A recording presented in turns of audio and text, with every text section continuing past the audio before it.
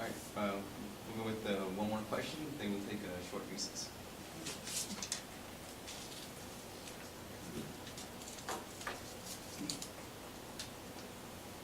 This next question comes from the audience. Joseph will go first. Many graduate and professional students are disengaged from and relatively uninformed about what goes on in student government. Part of that responsibility for communication between students and GPSA leadership certainly falls on students at large. But on the leadership side, what ideas do you have about improving or streamlining those lines of communication? Well, I'm glad you asked that. My first experience in any type of college student government was I was a skeptic and a critic. And I think most of the students at the university are. I think people in general are skeptical of government and large organizations. And that's a fair assessment for the most part, just because a lot of people have kind of a misunderstanding of what the organizations that kind of work for them do sometimes. And with that experience of coming, both looking at GPSA and other organizations I've been involved with in the past, being a university student, I think it provides a good perspective on the venues that you can use to help engage students. And I think the best way to do that is through the council. The GPSA Council is a large body. I think there's over 50 recognized department student associations that can send representatives to the council. There can be well over 100 representatives if the council is full. And I think working as the president, it's really necessary to understand the importance of having a strong GPSA council. And that doesn't just mean membership, that means allowing the GPSA council to be heard. And as GPSA president, one of my main goals would be to make sure that GPSA council has the voice it needs to have to be a strong voice for the student body. Because like Patricia said, the president is not the voice of the students all the time. I mean, they want to be as much as they can, but when it really comes down to it, the heart of the organization falls with the council, and it's the president's job, I think, to take the recommendations of the council and convey those to the rest of the university population. And as far as providing more opportunities for students, I think that one of the main interactions that GPSA has with many students is the funding processes. I think many students look to GPSA for opportunities to go to do student research that they wouldn't be able to do otherwise, or to help their chartered student organization gain funding for maybe a program that they don't have the opportunity to do otherwise. And I think allowing a process that is clear and transparent and accessible is absolutely vital for the growth of GPSA and to get more people involved. And making sure that that process is fair and understandable will create a better feeling for GPSA as opposed to some sort of animosity that might come through if somebody is turned away for reasons that they're not aware of. So those are the main reasons I would, or the main things I would do to help the transparency with GPSA and get more people involved. All right, thank you, Joseph. Jacob? Thank you. I think we talked about this yesterday, and I'll say again, I think that this comes down to leadership. It comes down to being open and committed to having a transparent and engaging process, and I think that there is a number of strategies to go about achieving that goal. And if elected, I'll be open to all of them, because my style of leadership is bring people to the table, engage people in discussion, but at the end of the day, stand firm for something. Have a goal in mind and try to bring people together to work towards those common goals. Now, I think that it's important, I think, in this election that, yes, the council acts as a strong voice of the students, but they have a council chair. And the council chair is the head of the legislative branch of this government. Electing a president, you are electing a voice to act as an independent voice for the students of this university, and not just to be the mouthpiece of the council, not to work in animosity or in conflict, but to propose a vision, to propose ideas that are then debated with the council and try to arrive at consensus. So at the end of the day, I reject the notion that the president is merely another council member. And I think that if elected, that's the kind of leadership I'm going to try and provide, is one that engages people, brings people to the table, wants to further a discussion, yet isn't afraid to raise the critical issues and ask the tough questions and try to develop a comprehensive agenda to move this university forward. You know, I've faced a lot of challenges in my own life, and you know, it is a personal moment when I think of all the times I've been told you can't do this and you can't do that, you were born there, you look that way. But you find a way to get past it and to reach your goals and to overcome. And that's the kind of leader I hope to be. And that's the kind of leader I will be if I earn your vote. To all of you watching on this video webcast meeting of GPSA. All right, thank you, Jacob. Patricia, when you're ready. Again, it goes back to what we've been talking about. We've been bringing up the issue over and over again about transparency, accountability, leadership. To promote transparency and accountability, you've got to promote inclusiveness. You've got to promote accessibility. Otherwise, and you've got to provide the information. So again, the biggest extensions that we have and the biggest resource we have as a GPSA are those 40 plus, maybe 50 plus, I'm not sure, student representatives on the council.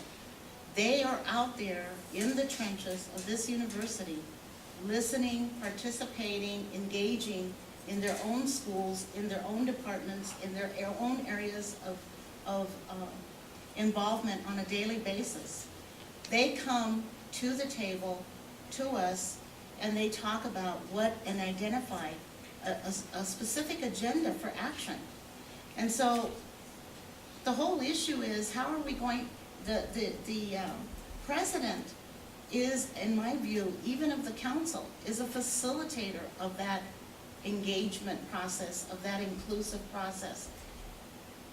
Yes, we provide the framework for that. We provide the guidance for that.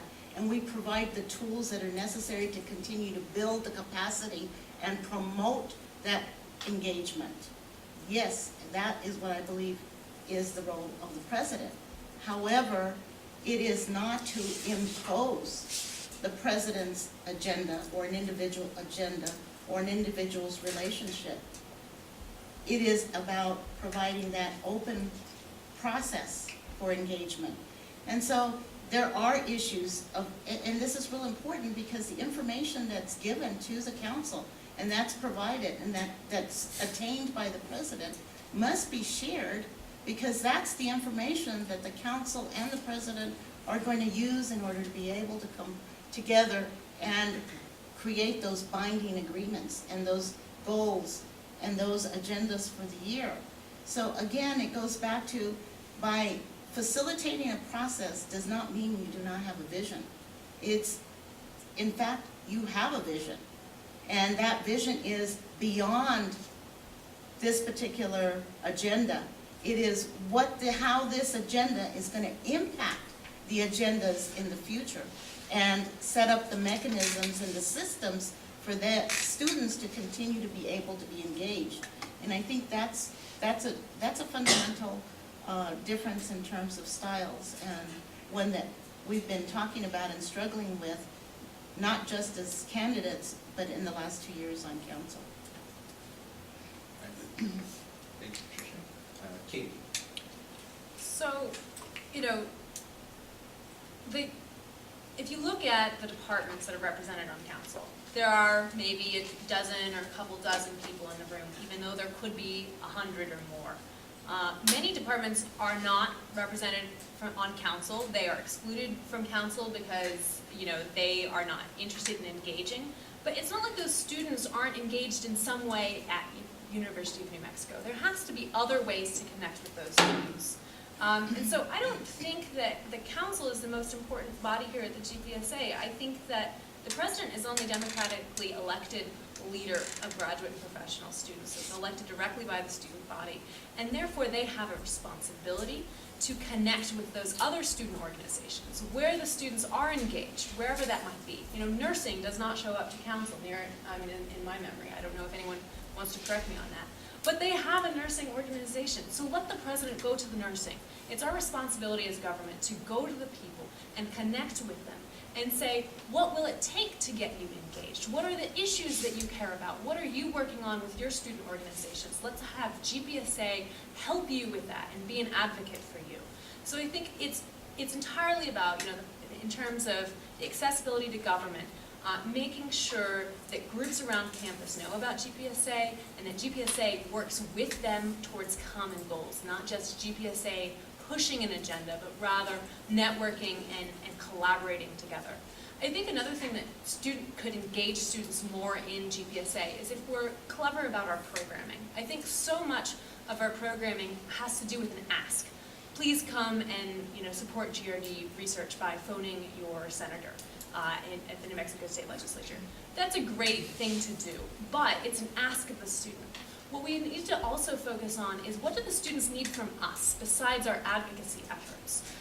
I've never been to a department and said, I have grants that I'd like to advertise and talk about and how you can access these GPSA grants. I've never had students look disinterested at that point. When I show up and say there are $500 grants that you can get to further your research so that you can go to a conference, people are interested everywhere across campus. And I think that taking that resource that GPSA has and using grants to build connections across the university is a really great idea.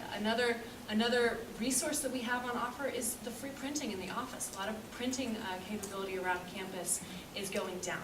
And so I think as we continue to offer free printing, we increase the traffic into the GPSA office so that students know how we can advocate for them about the other issues in their life, not just how to print their term paper. All right, thanks, Kate. I believe Jacob and Joseph had rebuttals, so we'll start with Joseph. Okay.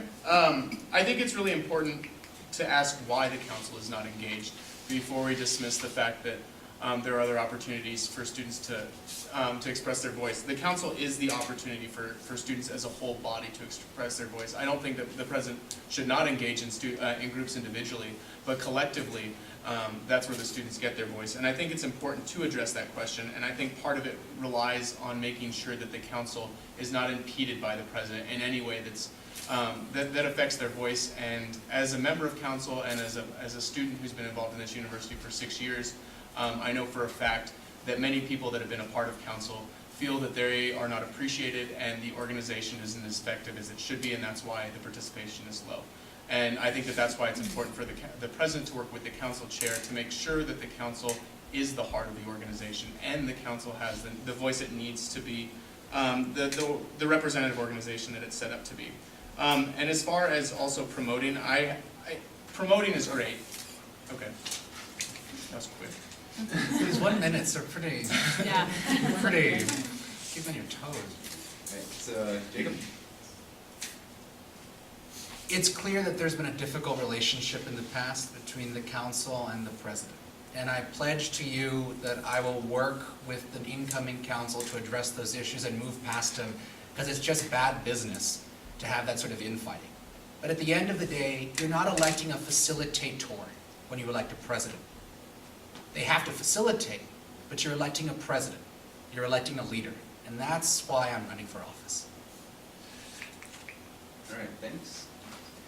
All right, so it's currently 6:08. We're going to take a 10-minute recess. 10? Yeah.